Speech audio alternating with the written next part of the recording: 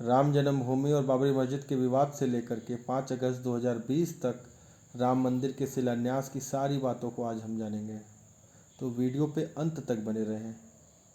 नमस्कार दोस्तों, मेरा नाम है आशीष पांडे, आप देख रहे हैं यूट्यूब मानिया। तो चलिए बिना समय गंवाए शुरू करते हैं। 2020 के अंत तक तैयार होने वाला राम मंदिर कुछ ऐसा दिखाई देगा। इसकी लंबाई 270 फीट, चौड़ाई 145 फीट और ऊंचाई 141 फीट होगी। मंदिर की बनावट को अच्छे से समझने के लिए खाली जमीन से शुरुआत करते हैं। सबसे पहले करीब 25 फुट ऊंचा फाउंडेशन स्टोन होगा। उसके ऊपर 6 फीट ऊंचा छोटी डिजाइन में चबूतरा होगा। उसके ऊपर 16 फुट 3 इंच की ऊंचाई के 106 पिलर्स लगेंगे। रामलला की भव्य मूर्ति इस गर्भगृह में विराजमान होगी। गर्भगृह के चारों तरफ परिक्रमा लगाने की जगह होगी। उसके बाद पहली मंजिल का चबूतरा होगा। उसके बाद 14 फुट 3 इंच ऊंचाई के 106 पिलर्स पहली मंजिल पर भी लगेंगे। उसके ऊपर छत और गुंबद होंगे। पर ध्यान देने वाली बात है ये शिखर, जो कि 65 फुट 3 इंच का होगा और इसके ऊपर भगवान राम के नाम का झंडा फहराया जाएगा। इस प्रकार देखा जाए तो मंदिर में कुल 212 पिलर्स होंगे। हर एक पिलर में 16 मूर्तियां डिजाइन होंगी, जो कि हिंदू देवी देवताओं की होंगी। मंदिर में एंट्री टोटल 5 जगह से हो पाएगी।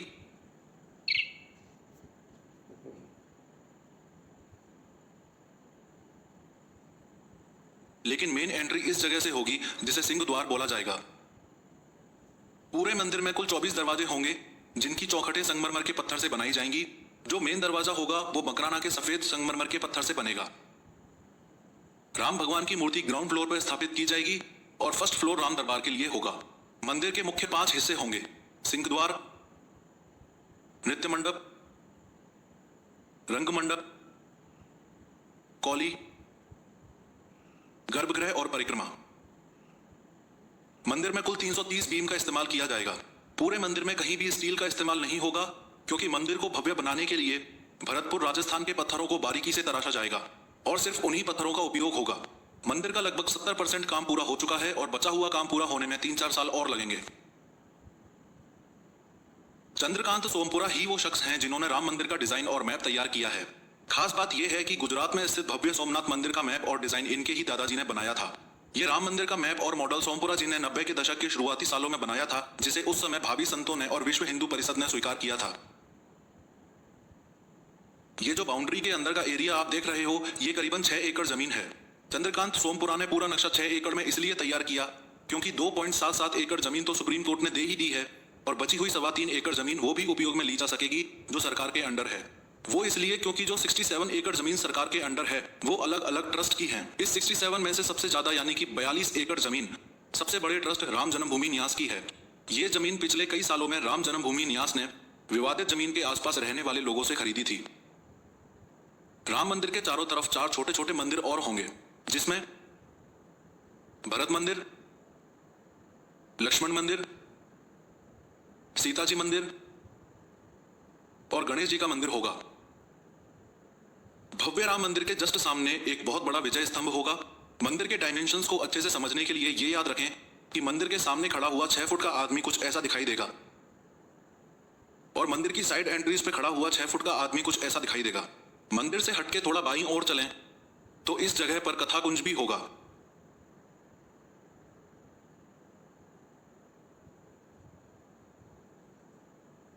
इसमें टोटल 4 जगह से एंट्री पॉसिबल होगी। रामकथा, महाभारत, रामायण, रामलीला जैसे स्टेज प्लेस के लिए यह जगह तैयार की गई है। इसके थोड़ा सा बगल में इस जगह पर रिसर्च सेंटर भी बनाया जाएगा। अगर मंदिर के दाईं ओर चलें तो इस जगह पे स्टाफ क्वार्टर्स होंगे। इसके अलावा ये जो अदर बिल्डिंग्स हैं, ये आने वाले भक्तों और दर्शकों के लिए धर्मशाला और भोजनशाला के लिए तैयार की जाएंगी। ये पूरी जमीन मजबूत फेंसिंग से प्रोटेक्टेड होगी और इस राम जन्मभूमि में घुसने के लिए ये 4 मुख्य द्वार होंगे।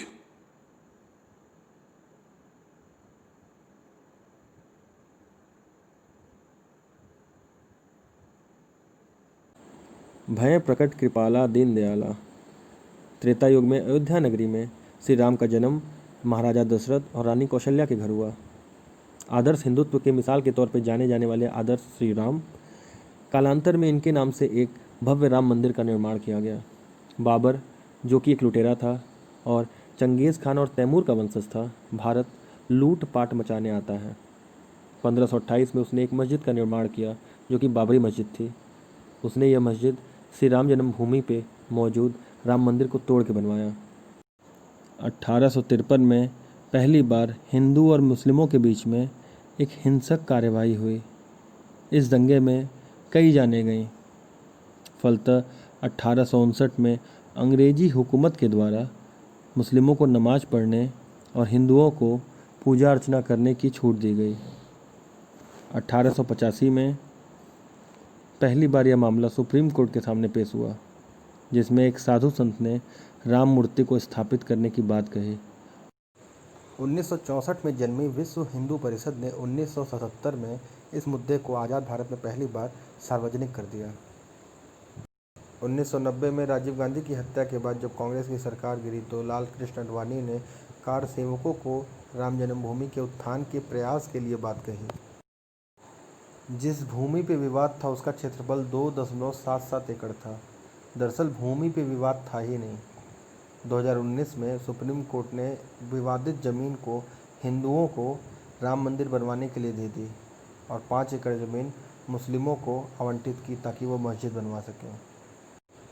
आइए अब नज़र डालते हैं कि 1992 के पहले बाबरी मस्जिद और राम जन्मभूमि का आकार कैसा था।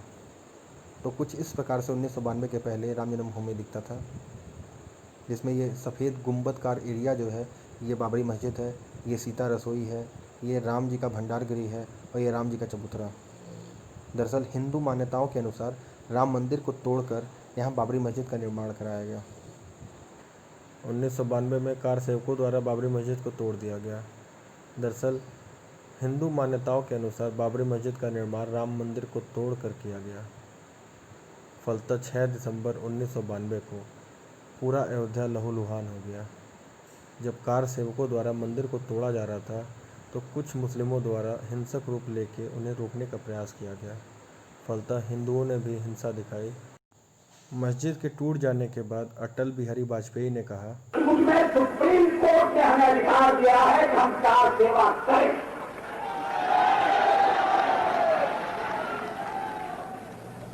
रोकने का तो सवाल ही नहीं। कल कार सेवा करके अयोध्या में सर्वोच्च न्यायालय के किसी निर्णय की अवहेलना नहीं होगी। कार सेवा करके सर्वोच्च न्यायालय के निर्णय का सम्मान किया जाएगा, उस पर आचरण किया जाएगा। उनके बाद नुकीले पत्थर निकले, उन पर तो कोई नहीं बैठ सकता। तो जमीन को समतल करना पड़ेगा, बैठने लायक बनाना पड़ेगा।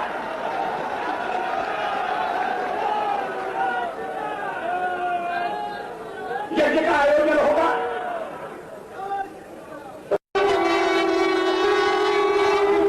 मैं नहीं जानता कल बात क्या होगा। मेरी अयोध्या जाने की इच्छा थी, मगर मुझे कहा गया तुम दिल्ली जाओ और मैं आदेश का पालन करूंगा। लेकिन मैं देख रहा हूं कि सर्वोच्च न्यायालय में मामला है। सर्वोच्च न्यायालय ने अपना एक ऑब्जर्वर नियुक्त किया हुआ है। तो